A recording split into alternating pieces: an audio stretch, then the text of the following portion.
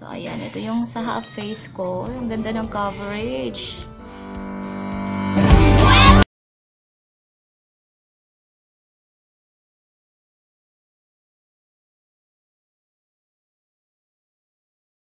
Welcome to Angie Stories. So for today's video, I'm going to show you a review about the O2O BB foundation.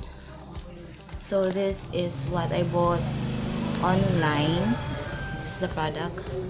So let's open this. Actually, hindi naman ako nagme-makeup ngayon. Noon dati, hilig ako sa makeup. Pero due to my work na pressure, busy lagi, nakakalimutan ko nang mag-makeup. But may times na gumagamit din ako. So, kaya ito, I will try if okay ba siya sa skin ko. Magiging katulad ba siya ng mga TikTok videos na nakikita ko. I don't know how to open. Okay. So, ito yung cushion niya. And, yan. So, usually, ito lang yung daily look ko. Eyebrows, powder, at saka lipstick. Ngayon, naglagay ako ng mascara. And then, ito try natin.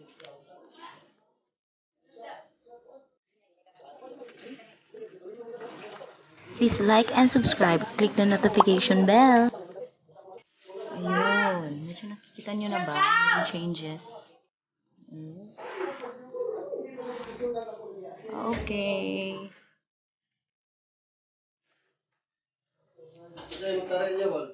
So, ayan. Ito yung sa half face ko. Yung ganda ng coverage. Ayan o. O, diba? Nag-improve. Tsaka, hindi siya yung puting-puti na sobrang puti. Oh. Ganda. Yan. O, ito yung face na lalagyan. And this is the other side. I hope you see the difference because nakikita ko talaga yung difference. Ang ganda. So, ayan. Tatapusin ko na yung other face. Okay.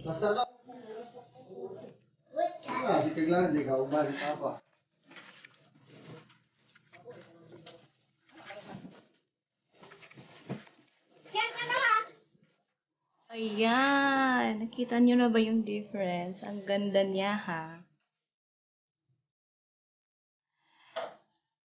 Sweaty pa ang face ko.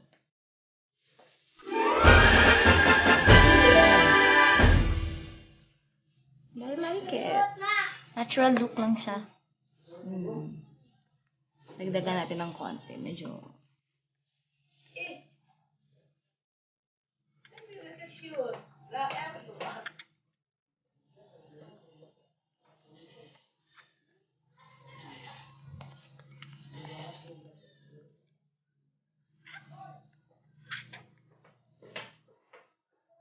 Ito na, the final look.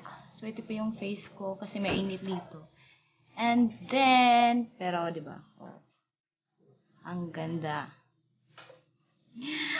Okay, so that's it. Kasi nagmamadali na yung hobby ko. Aalis pa kami.